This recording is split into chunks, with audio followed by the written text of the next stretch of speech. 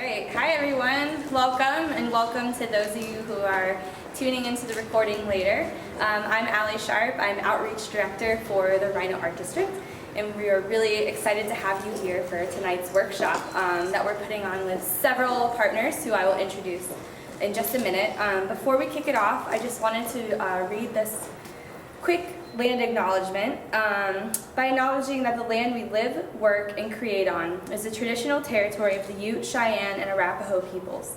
We intentionally recognize the 48 contemporary tribal nations that are historically tied to the lands that make up the state of Colorado. We honor elders past, present, and future, and all those who have stewarded this land throughout generations. We recognize that government, academic, and cultural institutions were founded upon and continue to enact exclusions and erasures of Indigenous peoples. We also recognize that much of our nation was built by the hands and on the backs of enslaved Africans and Indigenous peoples. We stand in awe of their resilience and creativity, and we express gratitude for and celebrate their past and ongoing contributions. We strive to never take for granted the privilege and complexity of living, working, and creating on this land, and intentionally honor Black, Indigenous, and communities of color in our city. So with that, I would love to introduce our partners for this workshop. Just say hi. We have Jen Dewey from the Denver Public Library. Hi everyone, thanks for coming. I didn't know if we were going to stand up or not, but I just wanted to say thanks for being here. We are so thrilled. We are opening a new branch of the library right across the way in partnership with RiNo Art District and others. So please come visit the Art Park Plaza soon, and I have library cards here for anyone who doesn't already have a Denver Public Library card. You just have to live in Colorado. So thanks very much. Thanks, Allie. Great. And then in the back, he won't be on camera unless you want to, but we have John Mikowski from Converge and Transforming Creatives, and Leah, Alex from the RiNo Art District, Allison, who works with Converge too. Yeah, so with that, I think I will hand it over to Adam. He will introduce himself and get us started tonight. Thank you. Hey guys. Thank you very much for being here. I know group events and meetings are a weird thing to do again. I was actually laughing as I was kind of preparing for this. This is the first in-person talk that I've given in probably 2 years. So just exciting to actually be doing stuff again in the creative industry in person. Before I get started here, I do want to just note that I do stuff like this because I love connecting with the creative community. So I truly want to extend myself as a resource to anybody here, whether that's tomorrow, in 3 months, in 3 years. I'm doing this to provide as much value as I can in the hopes that it helps you guys do whatever it is that you truly want to be doing. So please really do take me up on that. Really poorly in this white text, you can see my website, my Instagram. It'll be on every slide moving forward, so you can grab it from there. And additionally, I wanted to note that I do send out an article every week that is kind of written around the idea of, or around my experience as a creative entrepreneur. So if you find value in what I talked through today, it's very possible that this weekly article I send out is something you'd be interested in. So I would suggest checking that out. And that's, again, my website, vicarelstudios.com/newsletter. Nice little salesy intro for you there. So thank you guys so much for having me. RiNo Art District, it's awesome to, throughout the pandemic, I got a little grant from them, which was a huge deal, as everybody knows how intense the pandemic was for a lot of creative people. So I'm really excited to be able to kind of pay it forward in a way and hopefully be giving you guys some value. So today's chat, what are we talking about? So I've titled my talk, Practice to Professional, Manifesting Your Ideal Creative Career. So this is not the woo-woo manifestation that I'm going to say something and it's going to turn into something real, but the idea of really thinking long-term and putting in the groundwork to ultimately benefit you in your creative career down the line. So for some context and a kind of introduction of who I am and what my work is and how I've kind of gotten to where I'm at, I started hand lettering, which is very similar to calligraphy. I think a lot more people are familiar with calligraphy than hand lettering, about 7 years ago, and I started doing it just for fun. It was something I was interested in. I was traveling. I was basically just drawing the names of cities that I was in at the time. It was something that I loved because it tied my passion for the fine arts into my passion for design. So I was able to draw with my hands, but do it with a more intentional approach to composition and symmetry and a lot of those design principles. Ultimately, hand lettering is something I fell in love with, and I really worked my ass off to really infuse it into my design career. Now, 7 years later, I've had the opportunity to build a successful, it's a very subjective word, but creative practice. And I've been able to work with brands like Lululemon, NBC, Twitter, like really big businesses through pursuing my passion for hand lettering.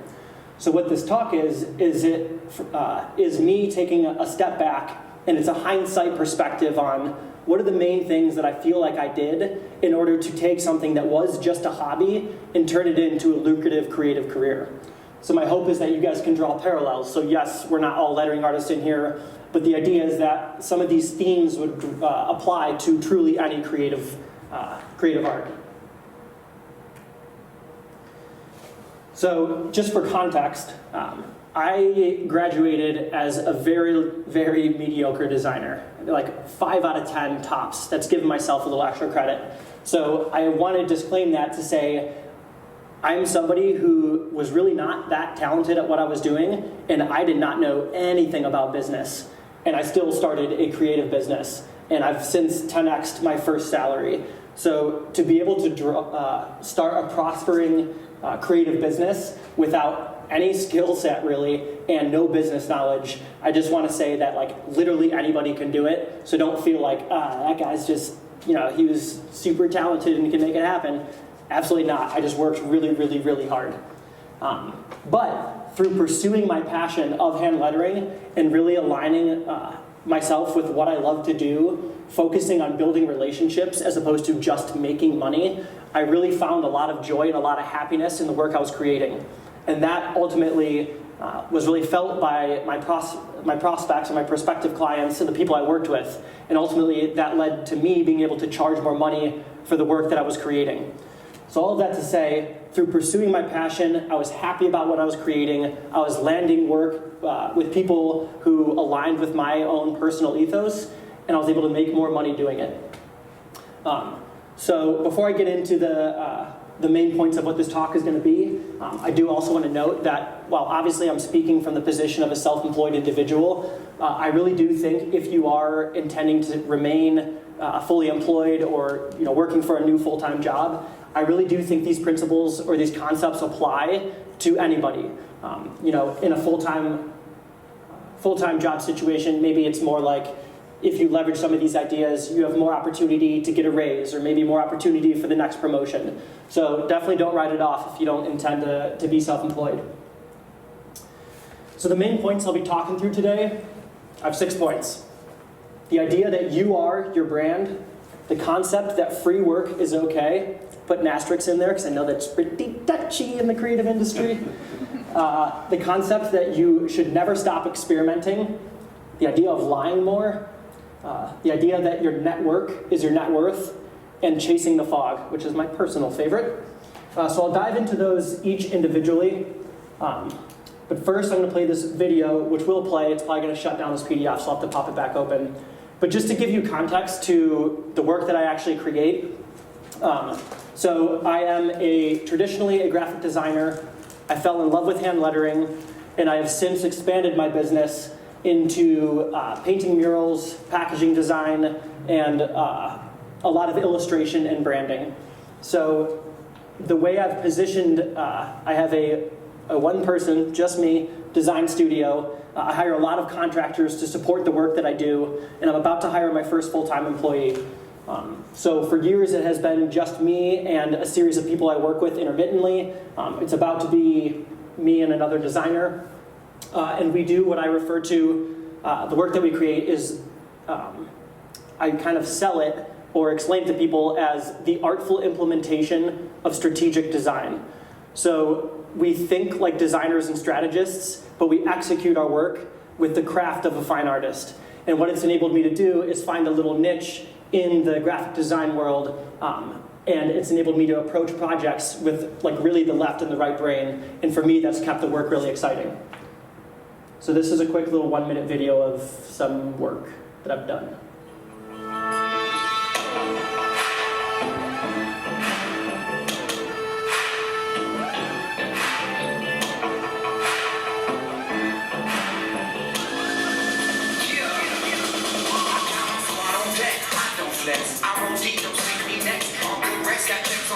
Parties rated XXX. I'm still friends with all my exes. We just out here living reckless, young and restless, not just precious, not enough time to kill all blessings.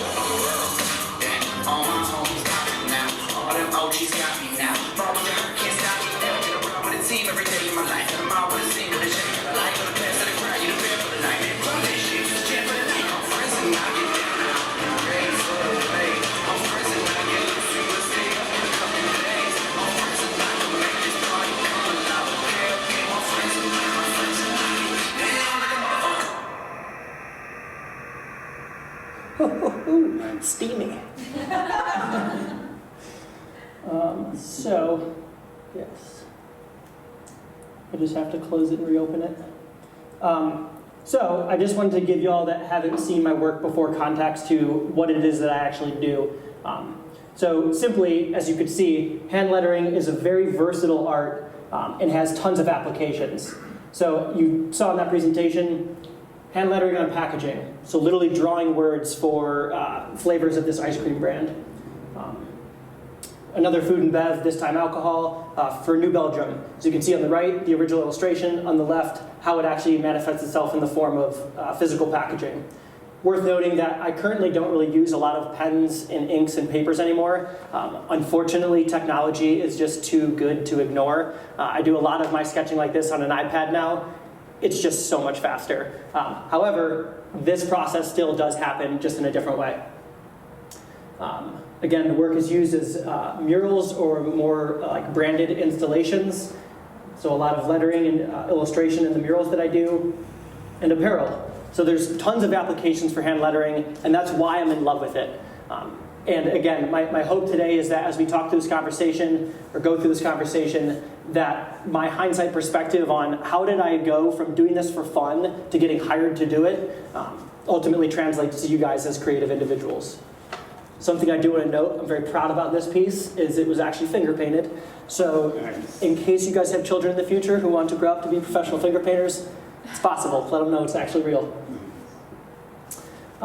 So truly, I think if you took one thing away from today, it would be that you can find immense success and your niche in the creative industry through embracing who you truly are and what you're actually passionate about. So again, if you take one thing away, acknowledge that being you is more important than anything. I think a lot of people get hung up on the Instagram and the TikTok world where you see some creative person doing some amazing thing and you're like, but if only. And in reality, trying to pursue what another person is doing is only going to throw you off the path that you should be on. So with that, my first point. So the idea that you are your brand. So as somebody who specializes in branding, I could go on and on for days about this. But I think what I want to distinguish at first is what is a brand. So a brand is not your logo. A brand is not your Instagram. A brand is not your website. Your brand is the way others perceive or experience your product or services. So it's how other people are talking about you as a creative or you as a business. And I think it's really important to acknowledge that because the way in which you present yourself, the way you talk, the way you post on Instagram, the way you post on LinkedIn, the way you send your emails, or if you're one of the people who does thanks, exclamation point at the end of every email, I'm personally a cheerser because, like a beer, it's cool. But all of these things are like little micro nuances or changes that you can make in how you present yourself, whether you want to be more professional, whether you want to be super motivational, or if you want to lean into, I position myself in the outdoors industry for a while. All of these things, are very intentional choices that you can make. And more than anything, my point is that you really want to have conviction with what you do. You truly want to be yourself and not water those things down. Because when you are your true, authentic self, which that word is so overused, but it's very appropriate for this instance. It comes across as comforting and relaxed. And being authentically you comes across as being professional and trustworthy. So when you are embracing the idea of being your own brand, without intentionally selling yourself, you are really selling yourself to somebody. So think of an instance where you go to get your brakes fixed. You go up to Jimmy's Pipes up the street, great spot. I love Jimmy's Pipes. And you go in, you've never talked to Jimmy before. He's like, hey, $750. You're like, absolutely not. You walk away. You don't trust him because there's been no brand building there. However, you go up the street to Sally's Pipes, and you were recommended Sally's Pipes by all your friends. Sally is super active on LinkedIn. And you go over there and she's like, hey, $750. You're like, awesome, here you go, Sally. You trust her because you have seen her out in the wild. You've been referred to her by others. Sally is herself as an individual. There's not this doubt in the value of whatever it is that she's delivering. So if you embrace that in the creative industry, when, at least in my personal line of work, if I'm telling somebody that something is $10,000, instead of this like back and forth and fighting and like trying my hardest to get that money, they're like, okay, you are a professional. Everything that you've just done made me feel comfortable. I feel good about what you just did. And that is truly coming through being yourself. We're just going to skip this slide. I found my way onto the Real Housewives of Dallas about 2 years ago through embracing this concept. So this makes absolutely no sense with my career. Being on reality TV is something I never anticipated doing. I never had a desire to do it. But through truly being myself, I made a lot of incredible connections. I made my way down to South by Southwest to teach a workshop through a connection that I made through being myself, through embracing my brand, through being like a quirky kind of weird person, but at the same time approachable, like super cool. Obviously, guys, look at these skinny jeans, it's sick. And through that, I made another connection that led me to an opportunity teaching a digital workshop. There again, I was kind of like weird, and off camera I was saying weird, probably semi-inappropriate things to the director. But he laughed, he enjoyed it, and he's like, you know what? I think you're good for this opportunity. Next thing I know, I'm flying out to, well, this was actually in Texas as well, but I got flown with the Bravo Network, went down, we did this episode. It was a very small little blip in my career, but this is like this is all not about a career. Like this is our lives. And to be able to go and do something like this was such a remarkable experience. It's so weird. And to date, my brother just always mocks me for it. He's like, yeah, you can drink wine with the housewives? I'm like, I don't know. If I could, I probably would. But all of this happened through being myself. And I really want to like hit that home, that embracing that mentality is a huge, huge deal. So as I said, I kind of made this point already, but that building that trust or being that authentic you is really imperative in ultimately charging the rates that you truly deserve and doing so without any pushback. And I've found that very, very, very true. After talking about money, it leads us nicely into doing free or underpaid work. And I, unlike almost every other person in the creative industry, am here to tell you that it is okay to do, when done thoughtfully. That is a very important asterisk. So I first want to disclaim what I'm not saying before I kind of elaborate on what I am saying. So what I am not saying is somebody emails you and says, hey, we have this awesome mural opportunity for you, or we have this amazing branding project.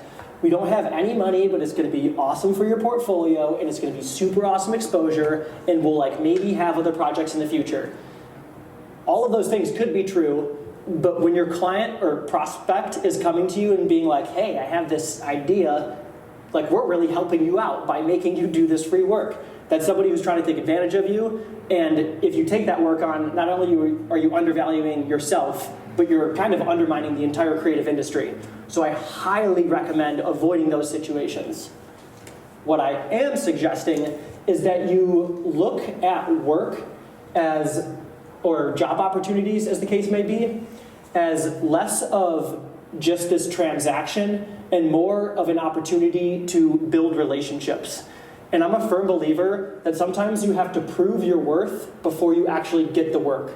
So you have to prove that you're a viable candidate, you have to prove that you're capable, you have to prove that you have the skill set to do whatever this thing is, and then you can ultimately get paid to do it. I can't even think, so many, 20, 30 projects I've worked on in the last 5 years that have been underpaid or free. And ultimately, that was my choice to do those. It wasn't somebody saying like, hey, this is all we have. Well, actually, that's actually exactly how it works. But it's not them trying to undercut me as much as me saying, this sounds like an opportunity that I want to work on. Or maybe I personally see that my studio has a void in our portfolio for a coffee shop. A coffee shop project pops up, it's a low budget, but I do see an opportunity to fill this void in the portfolio. But I think a lot of people in the creative industry start to get so caught up in the money because it's hard to make a living as a creative individual. But we lose sight of the fact that what we are here to do is build relationships and connect with people. Again, in my profession, my job is to connect people to products and services, or people to other people through the design work created. And so in order to do so, you need to connect with people and build relationships, and not just focus on that transaction. I also do think there's this misconception that the creative industry is the only one that does free work. And I'm here to call BS on that. Can I swear? It's a library. Should I be whispering? So if you think about like a traditional business, some dude in sales, he's out there, he's whining and dining people, he's going golfing, he's taking people to events. I'm almost like, why the hell am I not in sales? That sounds pretty awesome to get paid to do that. But he does all of this with the hopes of securing a contract or landing the business. All of this time is spent with the hopes of getting something. This man or woman is proving their worth in order to get that work. They're proving their value. They're soft selling their clients. They're explaining why they're a good candidate for the position. So almost every business has salespeople that do that. An additional example, and we'll break down some numbers here to make us all feel weird, pediatric anesthesiologists, so people who put babies to sleep for surgeries and such. They have a starting salary of $280,000, which makes me question why I didn't go into this profession. I also do want to say that this is a very attainable number as a creative individual, so we don't even need to go there, but pediatric anesthesiologists make a lot of money to start. But let's also note they go to 4 years of undergrad, 4 years of grad school, and then 7 years of residency and fellowship. Let's also note that they're literally saving babies' lives. I, on the other hand, draw the letter Q super fancy and get paid to do that, so a little bit different. But a pediatric anesthesiologist, I have a buddy who is one of these, so that's where I got these numbers. For 7 years in their residency and fellowship, they make $50,000.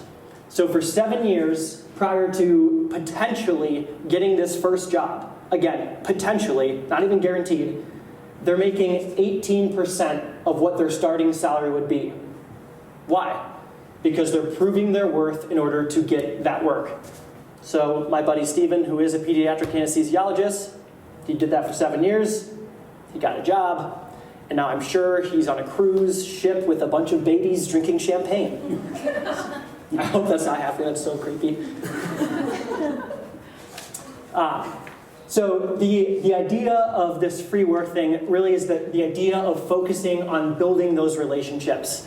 Time and time again, I'll get into the network conversation in a minute here, but I have found that almost every noteworthy or substantial opportunity that I've had has come through an intentional relationship that I have built.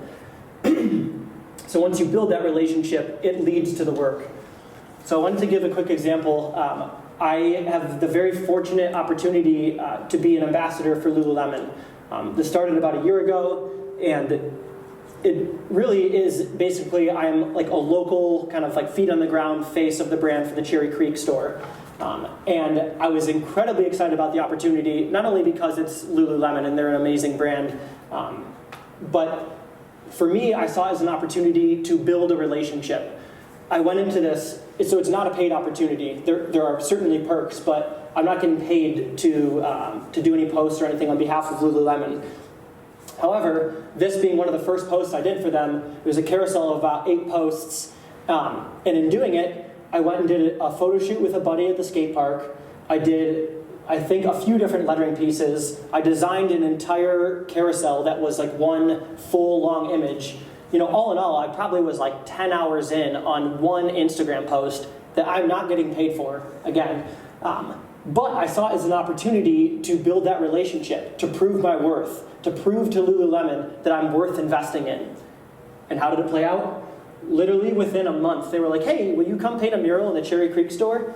And mind you, it's a small mural, it was a quick piece, but the fact that literally my goal was I want to prove to this brand I'm worthy of investing in, and it actually happened like almost instantly, I just want to really highlight that, because these things that I have experienced, or these things that I'm talking through here, are like my true experiences. And time again, I could give 40 examples of how investing in relationships, investing in people, focusing on connecting, ultimately leads to actually getting paid to doing work.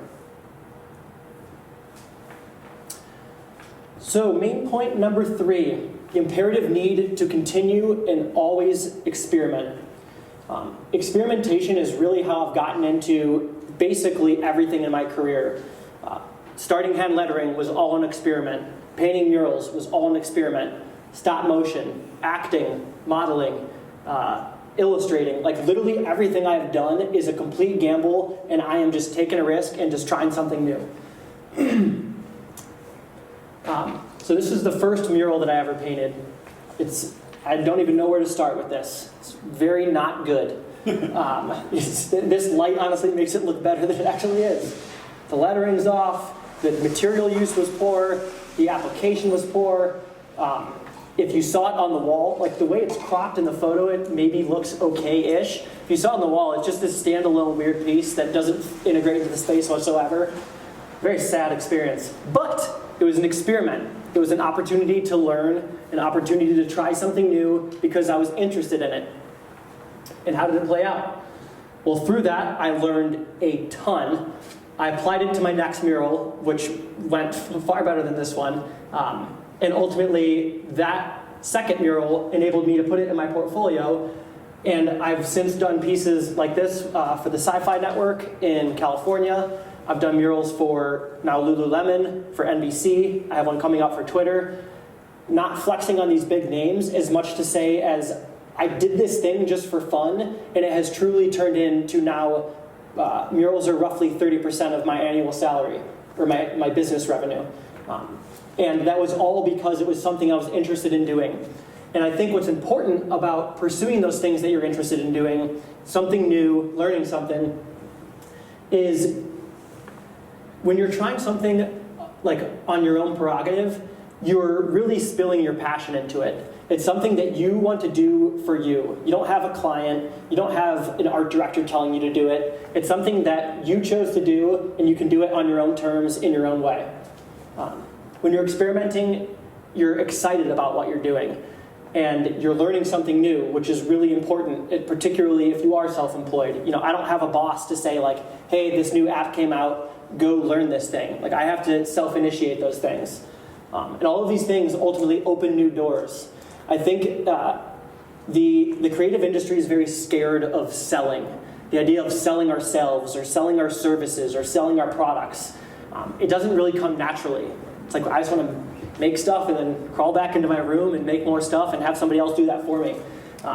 But in reality, when you're experimenting and you're exuding that passion and you're excited about that work, when you talk about it, that's coming across as a soft sell. So if I'm talking to you passionately about this passion project or this mural I just did on the side, and you're going to feel heated about it, you're going to feel excited about it, and if you're speaking to a business owner or somebody who could potentially use your products or services, talking with that passion is going to get them excited and make them ask questions, build that relationship. You're going to be conveying your brand. You're ultimately going to be able to sell your services without intentionally selling your services.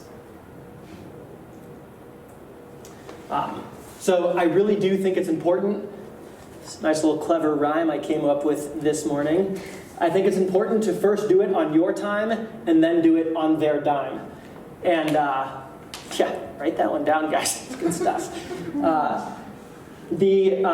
What's important about this is when you're practicing it and doing it for yourself first, what you're learning is your processes, your techniques, how to talk about what you're doing. You're learning how to do this all in like the comfort of your own self, the comfort of your own business. Like you're not risking somebody else's investment or risking somebody else's business. You're able to figure it all out on your own and then do it for somebody.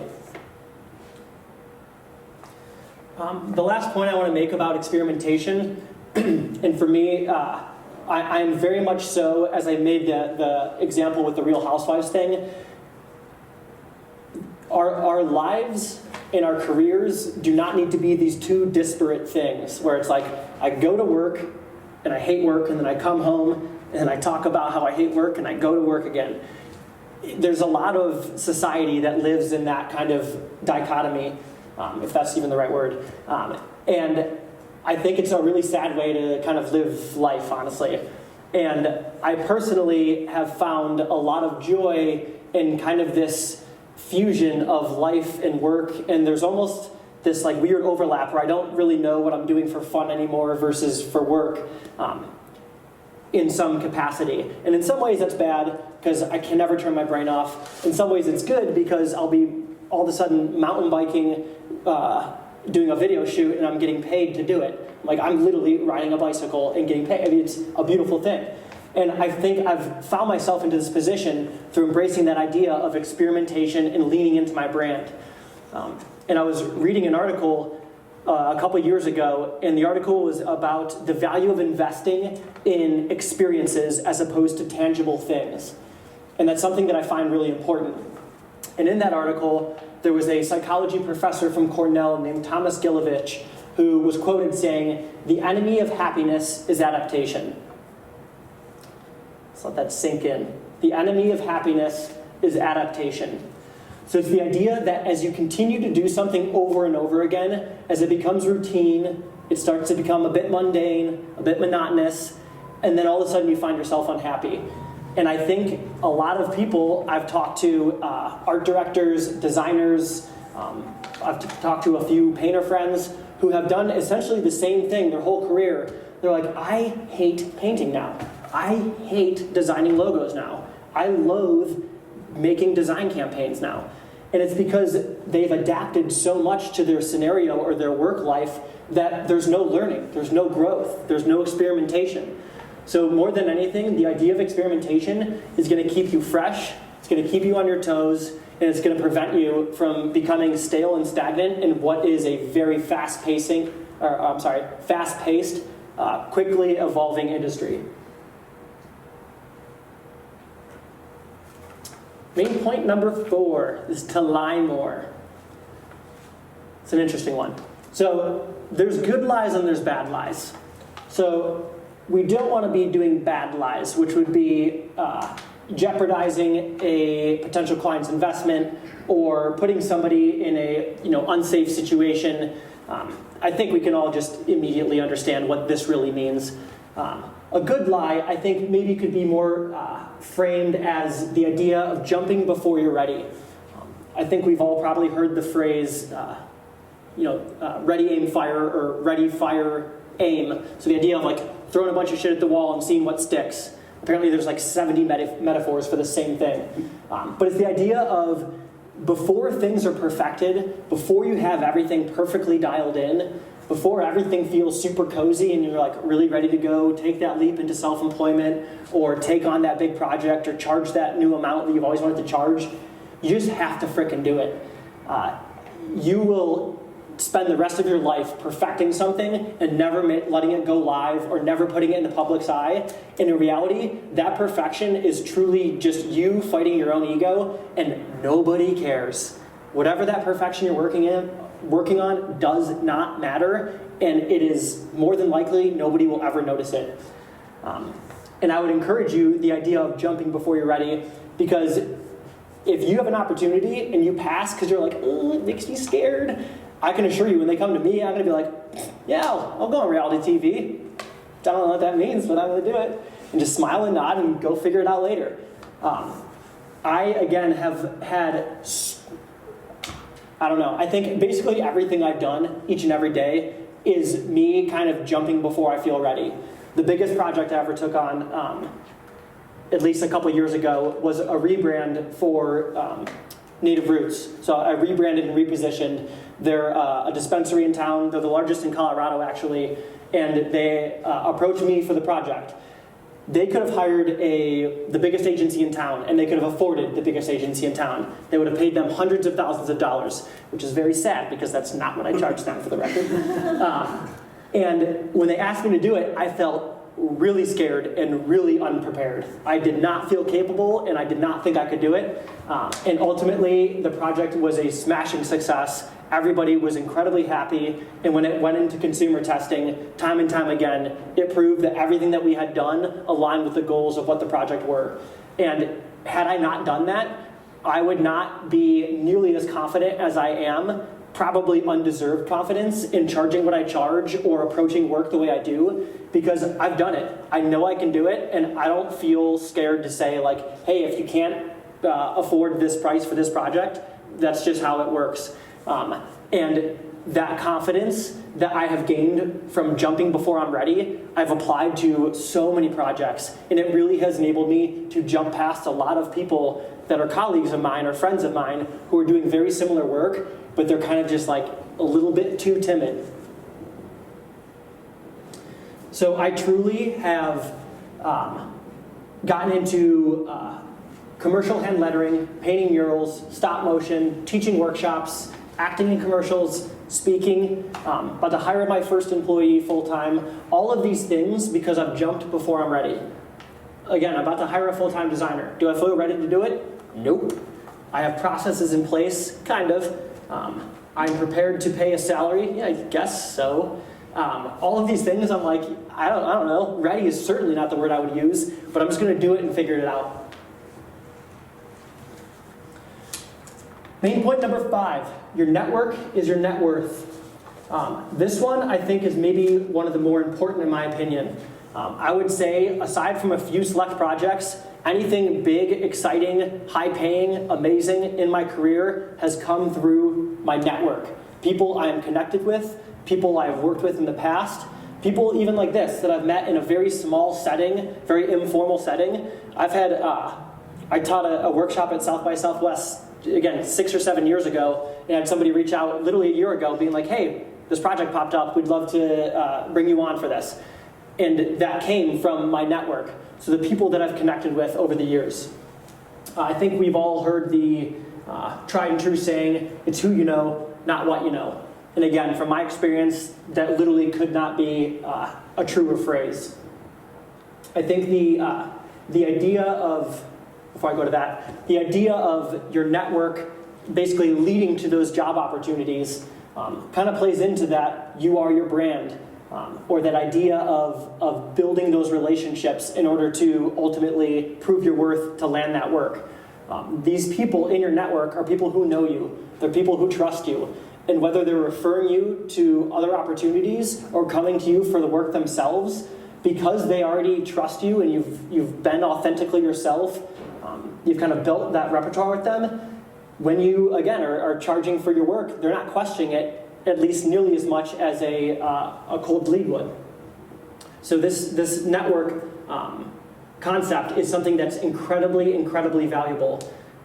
And there's a billion different ways to build a network. I think, particularly with COVID just happening, I think a lot of people are really focused on doing that in a digital sense. So yes, of course, you can network on Instagram or on LinkedIn or on Twitter or TikTok or wherever in the digital space, but I think there is still a really important need to continue doing it in person.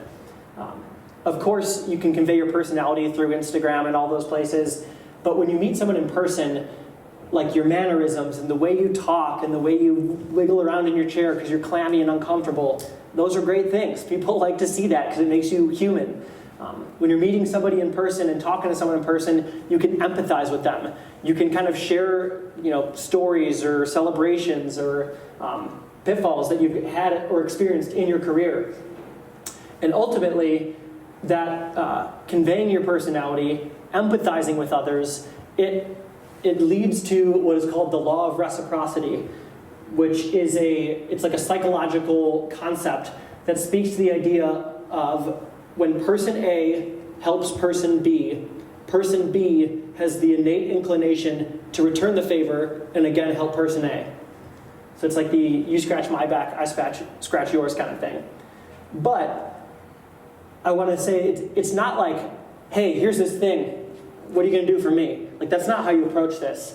It's the idea of really going in and just connecting with people for the sake of connecting with people, building those relationships, and truly, if you are doing it genuinely, if you are doing it authentically, if you are doing it like, as a good human being, it will ultimately lead to job opportunities. I personally experienced this from the first time. So this talk is about 45 minutes. The first time I gave it, it was 12 minutes with Ladies Wine and Design, which is literally why Allie invited me to do this. She was like, hey, I saw that talk 5 years ago or something like that. And she's like, I would love for you to give something like that. We love that conversation. So that 12-minute talk became what this conversation is now. And at the end of that talk, I had a woman approach me and say, like, hey, this was an awesome thing for me to hear right now. I'm in a transitional point in my career. Thank you so much for doing this. I would love to stay in touch. And that was kind of the essence of the conversation. So for about a year, there was like a random email or two between her and I. We might have gotten coffee once, but we were really passively in touch. And a year and a half later, she hits me up. She's like, hey, Adam, if you remember me from Ladies Wine and Design, I'm working for this agency now, and one of our clients is New Belgium, and they're releasing this new beer, and we're looking for somebody to do some sort of illustrative or lettering piece to highlight this new beer. So ultimately, I was hired to create a series of posts that highlighted the work of art that was Mural, New Belgium's new beer, and that all came from this simple one talk. That law of reciprocity, where I gave value to this woman, and she felt compelled to then return the favor. Ultimately, I did do a series of pieces, again, kind of highlighting the artful nature and the flavor profile of this beer. And in the vein of embracing the idea of free or underpaid work, so these pieces I was compensated very fairly for.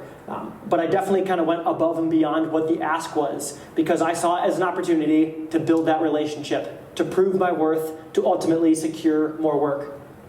Obviously, that is a gamble. You don't know if it's ever going to play out, but it did for me. Within like 2 months, they were like, hey, we actually have a new beer coming out. We'd love for you to do the label. So I was able to design this label for their beer, Blackberry Felix. And here again, because I'm constantly experimenting and trying new things, I'd never designed a beer label up to this point. All I'd done was like ice cream packaging, which I guess there's a little bit of translation there, but they had seen that my work was experimental enough that there wasn't any doubt that I could execute this. They just saw it, trusted it, and went with it. So the idea of just going with it leads me into my last point, which is chasing the fog. So this is actually probably one of my favorites because it is so very relevant to my own personal life. The term chasing the fog, I don't actually know where I first heard it. I didn't come up with it, but I came up with my own definition for it. And so in a creative practice, the idea of chasing the fog is the idea of pursuing that which is unknown, or the idea of going after something when you don't really know what that something is. So you're kind of just like meandering and kind of winding down this path and stumbling on something new. And you're like, I don't know what this is. I like this. I'm going to give it a try. Instead of this really hard, steadfast path straight from point A to point B. So what chasing the fog allows you to do is experience a bit more. It allows you to experiment a bit more. It allows you to build more relationships along the way. And as you're doing this, you're able to develop and convey your brand as you're doing it. So, I don't know, you can maybe kind of see that. Poor color choice, bad designer. Like I said, I'm always learning. This is a visual depiction, because we're all creative people, of chasing the fog. So we have this linear line that is the creative or design journey. And we all know the shortest distance between 2 points is a straight line. So let's say we're at the start, and that's us right now, and at the end, we want to be a creative director.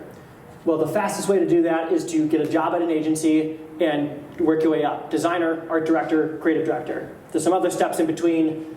You might bounce between agencies to do that a little quicker, but that's the most direct route. What I'm encouraging you to do, what I've experienced immense success in doing, and honestly immense fulfillment more than anything in doing, is chasing the fog. So instead of going straight, I'm just kind of waddling and winding around. And what that's enabled me to do is some really, really incredible things. As I mentioned, I taught this workshop at South by Southwest. I'd never taught before. The woman, it was on behalf of like an Instagram lettering feature account. Sounds very meta. But it's the largest one on Instagram, so it was a really big deal for them to ask me to do this. And when they asked, I was like, yes, of course I can teach workshops. I'd love to do it. Hung up the phone, kind of panicked a bit because I'd never taught a workshop, didn't know how to teach a workshop. I'd never taken a lettering workshop.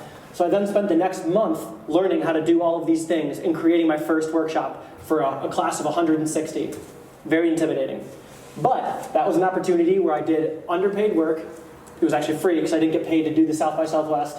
I spent probably an actual 100 hours putting together this content, learning how to teach, practicing teaching.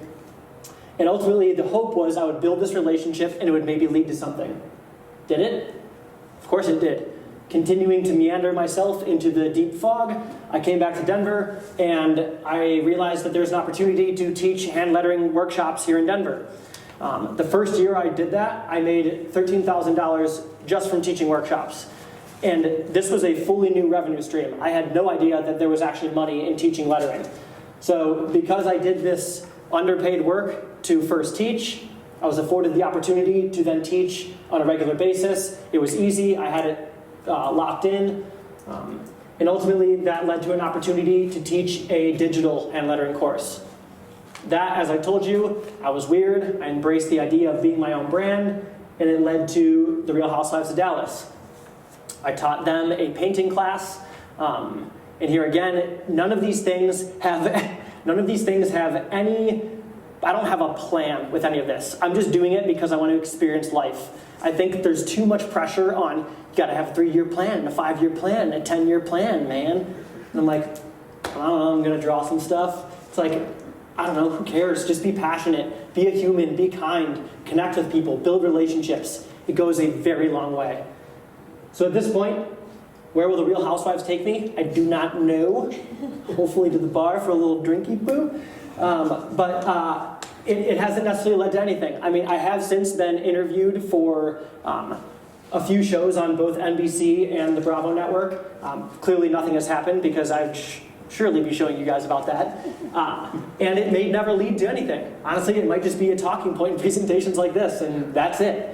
But more than anything, it was an incredible experience, and I really enjoyed it. And through that, I made incredible relationships and friendships. And who knows, maybe one of those housewives will start a skincare line and hire me to do the packaging in the future. So, why am I here? What's the purpose of all this? Is it to gloat about a couple clients, a couple projects, a couple housewives? Maybe that a little bit. No, it's not.